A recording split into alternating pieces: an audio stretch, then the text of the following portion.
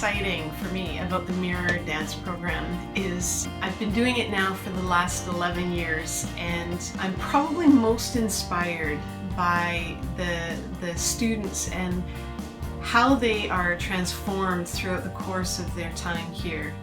So many of them come in with such a passion for dance, and they know that when they come here they can keep their Christian faith at the center of it all, while still pursuing a great level of excellence in their dance training.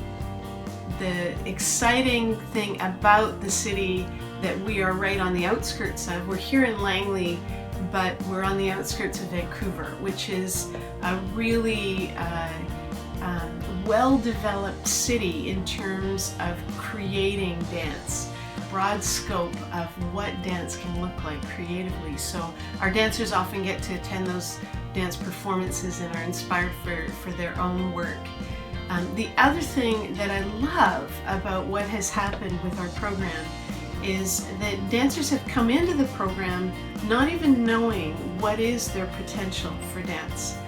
Some have done many years of ballet but have never experienced what it's like to do contemporary dance. Some have done hip-hop and think, I would never want to do tap, and yet find out that tap is a whole other language that they've never had an opportunity to express in. And we are discovering that even though dancers come into the program at a really late date in terms of dance training, some have even been told after the age of 13 that they're not permitted to train in the dance academies because now they're too old. And suddenly we find dancers come into our program who've had that kind of discouraging word and launch into technique training that has produced for them at the end of 4 years them to be an incredibly proficient dancer. And we're actually finding that it's not too late. It's never too late. Because of that, I get excited about the potential for many more dancers to come and do this. There are even some dancers on the other end of the spectrum who have done dance training since they were the age of 3 and suddenly burn out at age 12 and presume that this is the end of their dance career. And they rediscover their passion and love for dance when they graduate from high school in an environment like this, where they're permitted to just dance, that it's no longer a competition. They actually just get to dance for the love of it.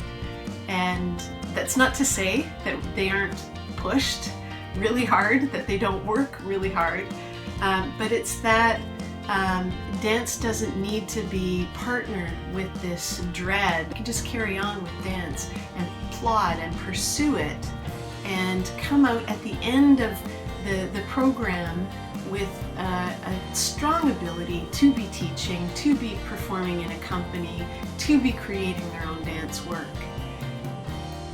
We really encourage the students to be in community together, not just be coming to class every week, daily with one another, but that they would eat with each other and laugh with each other and to begin to engage with each other's problems and pray for each other and really be known by one another.